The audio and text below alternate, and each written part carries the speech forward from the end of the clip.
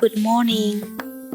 Even though this morning is not as usual, it's been almost 2 years we are in the pandemic era. But we must keep our spirit up, like birds chirping in the morning, the clock ringing on the wall. I know this is hard, but you are not alone, right? Millions of Indonesian generations also feel the same.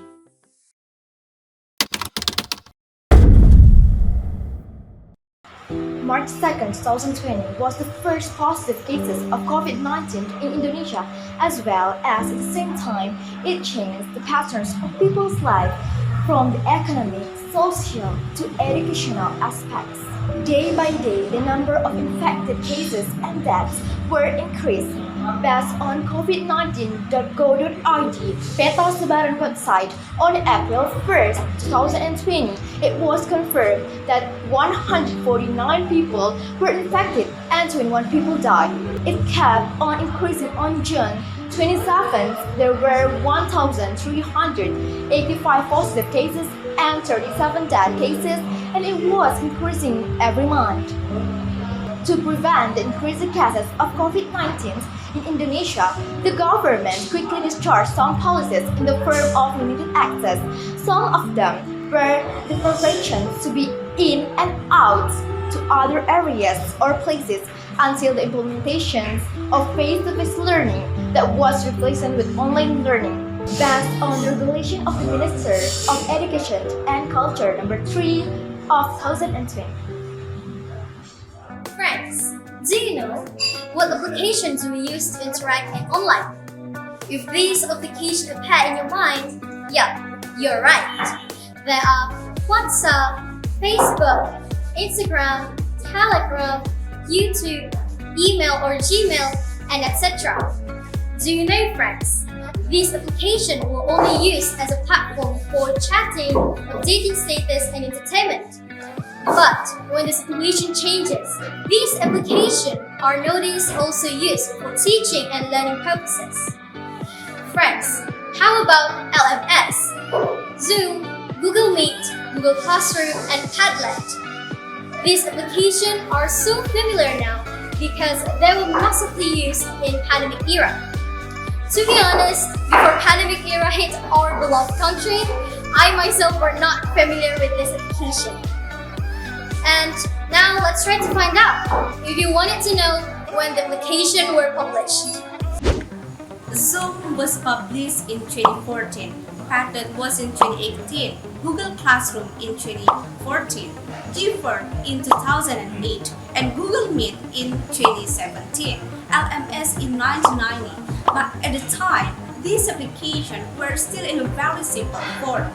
Until now, LMS continues to develop into complex applications with its features. These applications now becomes our needs during online learning.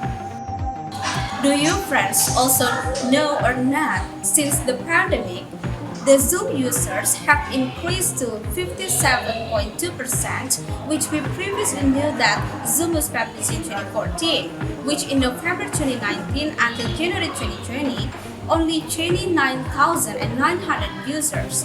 Then, in February until April 2020, it increased to 497,000 users.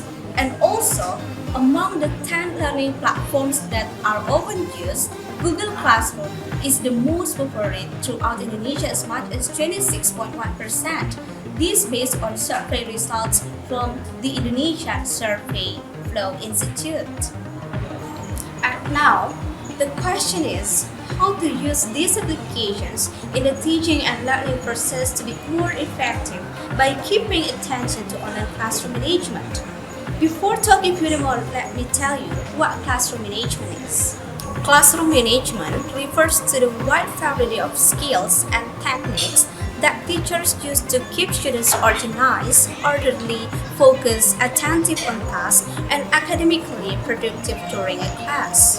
And absolutely, there are some differences between offline and online classroom management. Friends, from our observation online classroom management applied by the teachers in pandemic era were the first attendance system. The attendance system was also various. Use Google Classroom, WhatsApp group, next attendance at Zoom and Google Meet by way on camera and then capture. There was also by ask questions to students after giving the material to ensure the student listen to material presented. The last is giving assignment. If the assignments were collected, it means that the students were present.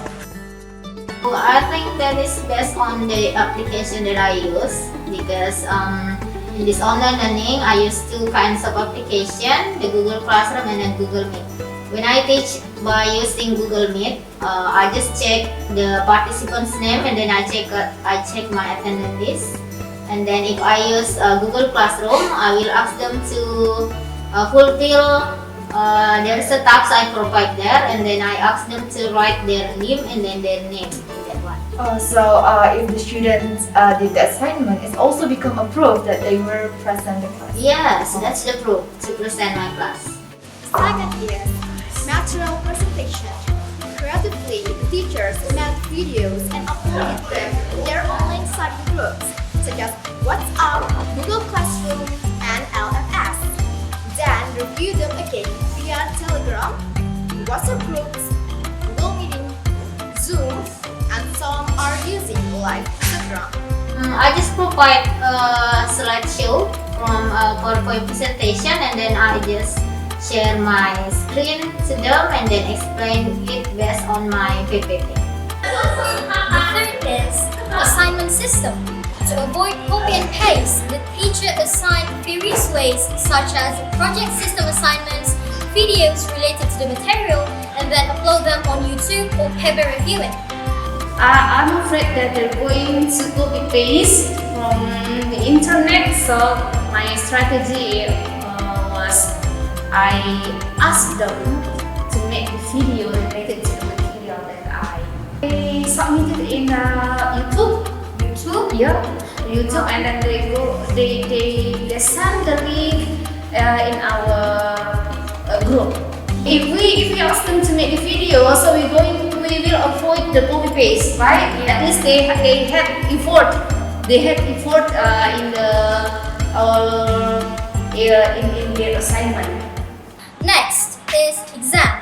The exam used the Google form by giving a time limit. The challenging ones were also the exam task by using video calling each student via WhatsApp, and breakout rooms using Google Meet. The mid test and the final test, some of my class, I give them some project, and then I usually give them project, and then for the last time, they just submit it also in Google Classroom. And the last is teacher's role. As a role model, of course, teacher doesn't only provide knowledge but also a good example to the students. In this case, how the teacher inspire the students how to keep learning and by giving them motivations. Because the teacher is the role model in the class, and then we have to raise their motivation, their interest in learning, especially in pandemic era. So before the class, I always give them advice or send the quotes Based on the descriptions of online classroom management above, we can see the effort the teachers vary to maintain the quality of learning online, and we can also see that teachers use a technique that we call blended application. In one meeting, where teachers use various applications in teaching with some of the reasons. The first, to minimize students' internet credit. The second, the pattern of learning doesn't seem monotonous. And the third, and absolutely in accordance with the needs of the material. Pandemic is not a failure. Failure is when we don't try to do new things and show all the potential in ourselves. To be more creative and innovative anymore in this digital era.